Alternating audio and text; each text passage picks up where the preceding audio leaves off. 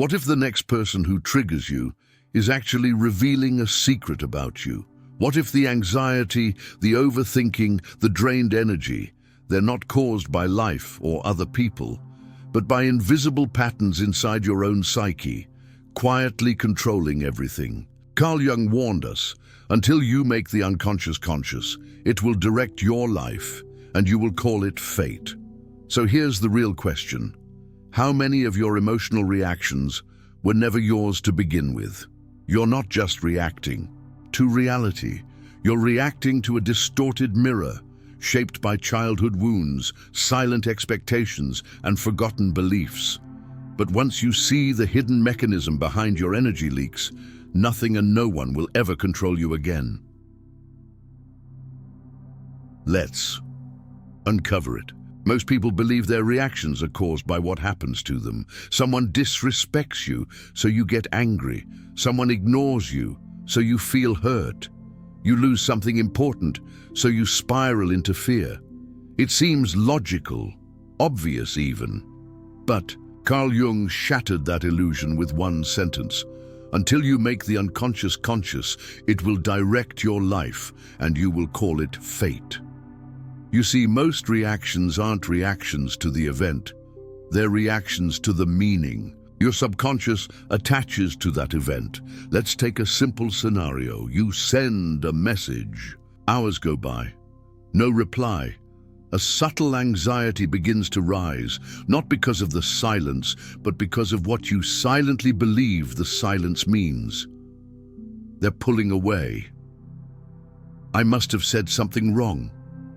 I'm being rejected again.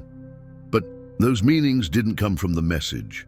They came from your history, from that moment at age 7 when you felt invisible in a room full of people, from that heartbreak that taught you love always leaves, from that pattern of never being heard. No matter how loud you tried to be, you don't just live life. You filter it through invisible wounds, expectations, and unprocessed pain. Jung called this the shadow.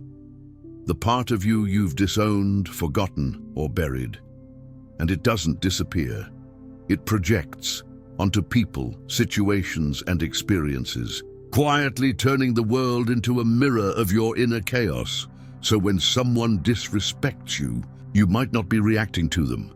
You're reacting to every moment in your life where you felt unworthy and said nothing. The outer world becomes a stage, and your reactions are the echo of an inner monologue you never realized was still running. This is why some people can stay calm in a storm, while others fall apart at a single word. Because they're not reacting to the now. They're reacting to a past they never made peace with. And here's the trap. Every time you react unconsciously, you reinforce the wound. You tell your nervous system, this is still who I am. Unseen, rejected, powerless, but awareness changes the game. Because the moment you notice the trigger, you break the spell. You move from being the puppet of your past to the observer of your present. You stop letting the world decide your worth and begin reclaiming the energy you've been leaking through reaction after reaction. And that's the beginning of energetic sovereignty.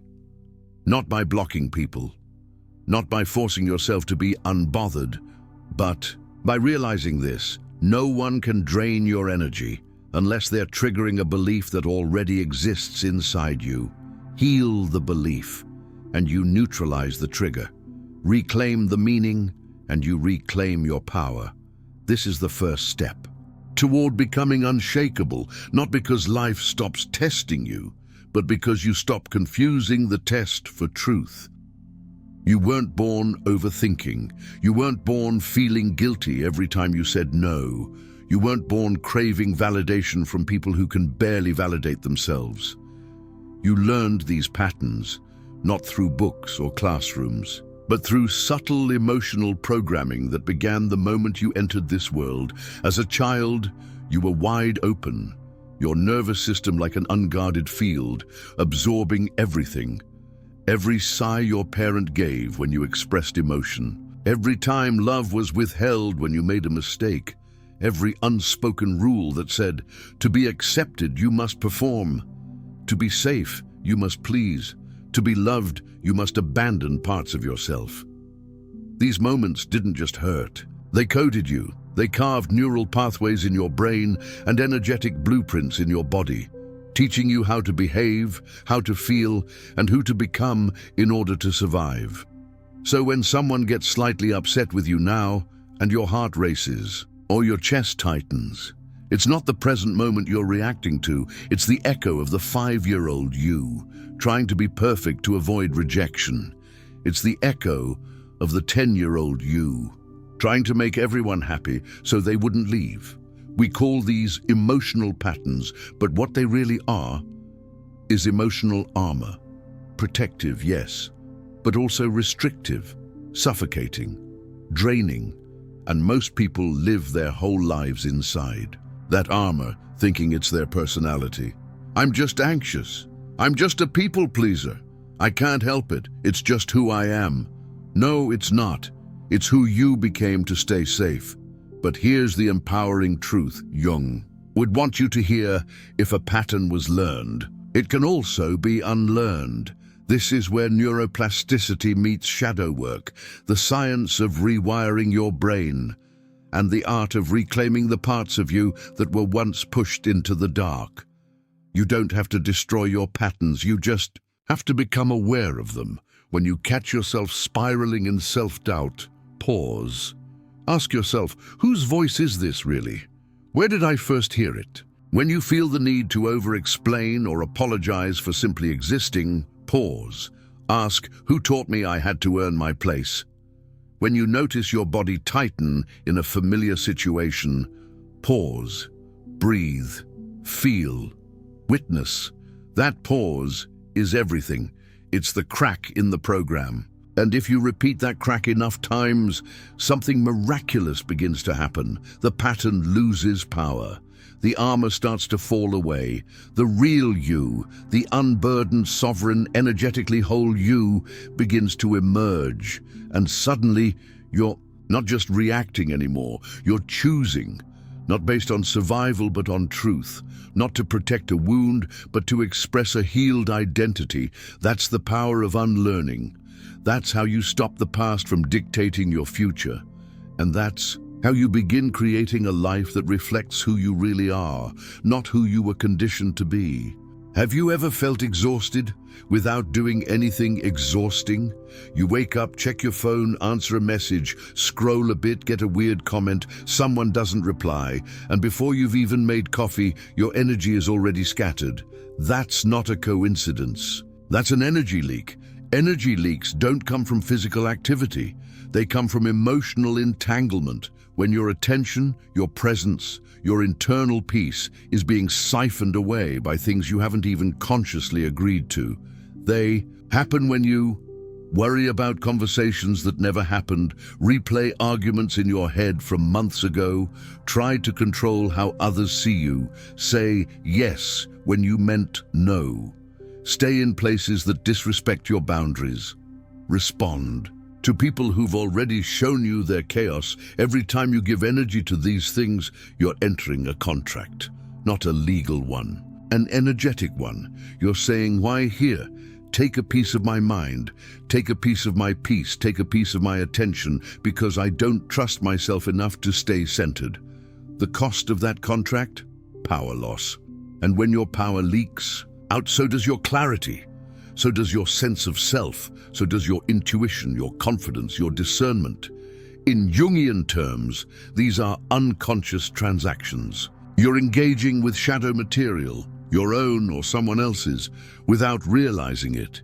You think you're just being nice, but maybe you're actually abandoning yourself in the name of being liked. You think you're helping someone, but maybe you're being emotionally manipulated by their drama, guilt, or passive aggression, and calling it compassion. You think you're just trying to understand why someone ghosted you, but maybe you're leaking energy into a narrative that was never yours to carry. This is how subtle and dangerous energy loss is. It disguises itself as empathy, as concern, as politeness, as social responsibility. But underneath it is a simple truth. You are pouring yourself into places that cannot and will not pour back. Jung understood this deeply.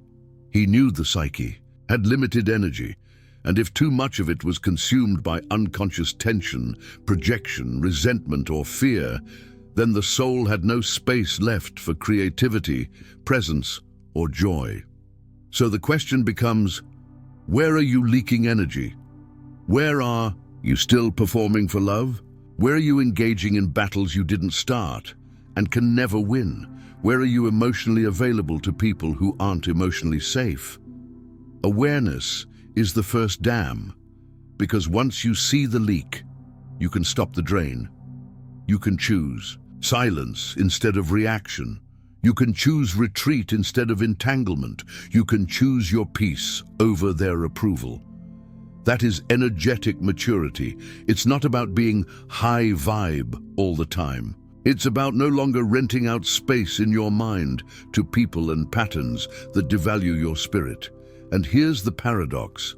When you stop leaking energy into things that don't matter, you finally have the power to focus on what does.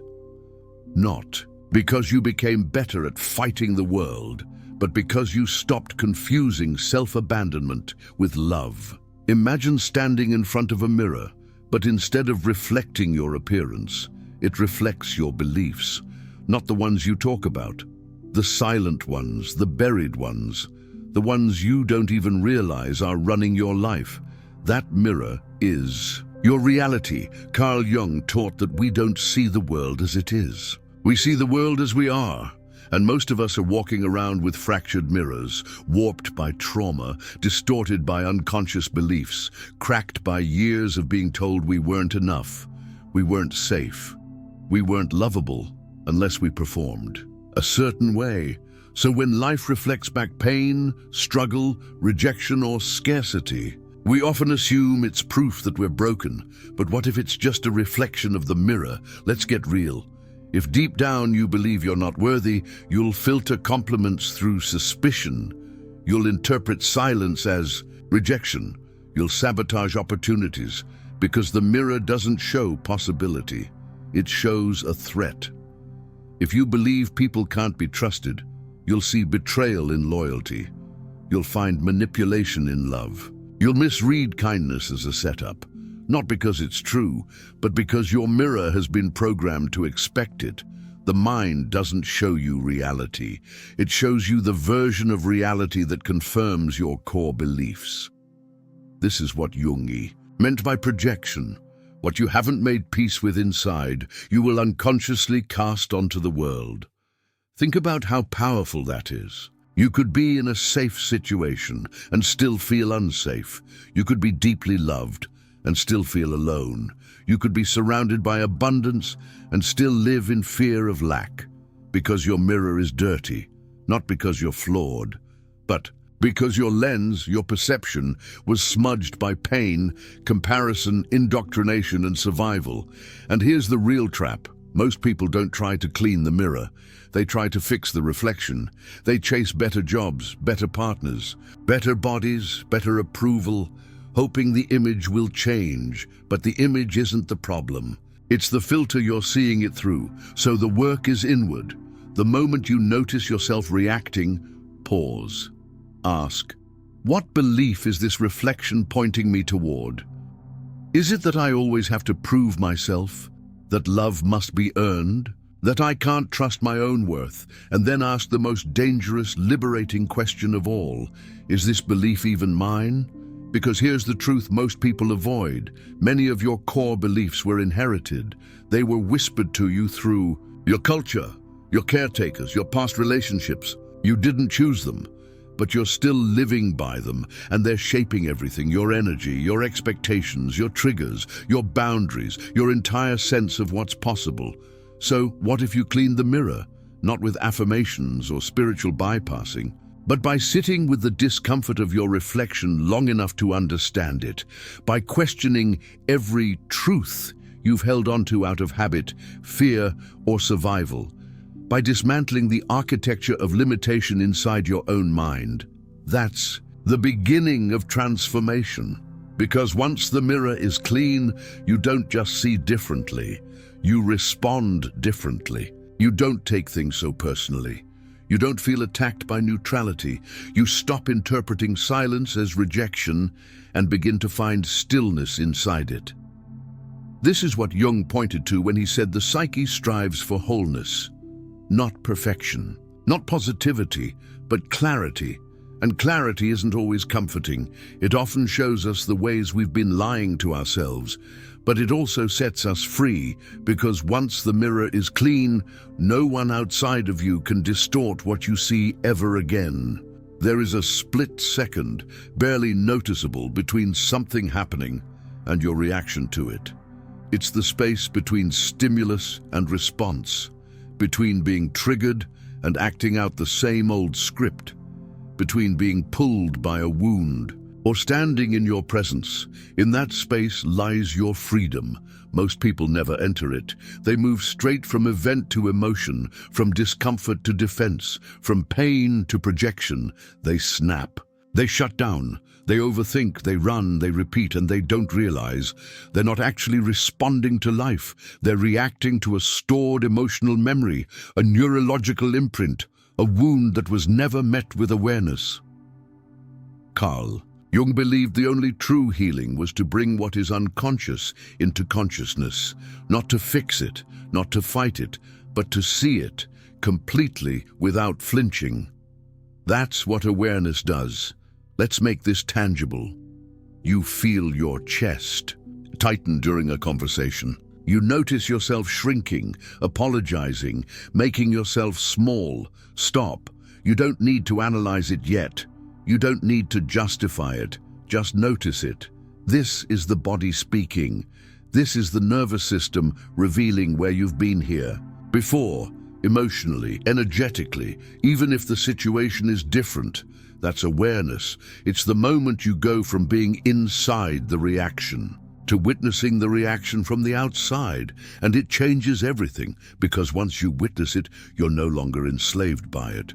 You're no longer the 5-year-old trying to stay safe. You're no longer the teenager needing approval. You're no longer the adult playing out inherited patterns. You are present, and presence is power, because in presence you can choose a different response. You can breathe instead of brace. You can pause instead of perform. You can observe instead of absorb. This isn't just spiritual philosophy, it's neurological fact. The more often you enter that space of awareness, the more you rewire your brain. You weaken the old path. You carve a new one. You stop reacting from fear and start acting from choice. You start shifting from energy leaks to energy mastery. But here's something important. Awareness isn't about becoming perfectly calm, emotionless, or unaffected. It's not about bypassing your feelings. It's about being intimate with them, without being ruled by them. It's about holding your triggers like sacred messengers, not enemies to destroy, but guides pointing to where you are still holding on to something that's asking to be released. Every time you feel discomfort, your body is giving you an invitation. Look here. This is where your power is entangled. This is where you left yourself behind. This is where the next version of you is waiting to be born. That's the sacred gift of awareness. It turns breakdowns into breakthroughs, reactions into revelations, patterns into portals, and slowly, day by day, choice by choice, you become sovereign. Not because the world changes, but because you no longer hand over the keys to your emotional state. No more bending to please. No more collapsing to be loved. No more reacting from fear, guilt, or survival. You become still. You become whole. You become untouchable. Not because you built walls, but because you cleaned the mirror, sealed the leaks, and stood in the space where choice is born, the space called awareness. So now you know you're not powerless. You're not broken. You're not at the mercy of other people's moods, projections, or opinions. What you are is programmable. And that's good news, because it means you can reprogram everything. Every reaction can become a revelation. Every trigger, a teacher. Every discomfort, a doorway to more of your truth. Carl Jung didn't teach us to escape the unconscious. He taught us to face it. to walk directly into the shadows, not to destroy them, but to integrate them, to reclaim the energy we've scattered into personas, people-pleasing, and survival strategies, and come back to the core. The self that chooses instead of reacts. The self that observes instead of absorbs. The self that no longer negotiates its energy just to feel safe. If there's one thing I hope you take from this video, it's this. You don't need to become more in order to be free. You just need to become aware of what you've been unconsciously handing your power to, because once you reclaim that, no one can trigger you without your permission. No situation can drain you unless you feed it. No thought can trap you unless you believe it. This is not the end of your healing. This is the beginning of your sovereignty. So pause right now and ask yourself, where have I been leaking my energy without realizing it? What would it feel like to stop performing and start choosing? What if nothing and no one had power over my energy again? Sit with that, not as a concept, but as a doorway, and when you're ready to keep walking through it, hit the like button to support the channel. Leave a comment below and tell me what resonated most. Subscribe and turn on notifications so you never miss the next shift in your inner world. And share this video with someone in your life, friends, family, or anyone you feel could benefit from reclaiming their energy. You're not just watching a video. You're remembering who you were before the conditioning, before the fear, before the world told you who you had to be. Now you're beginning to see clearly, and what you're seeing is you. I'll see you in the next one.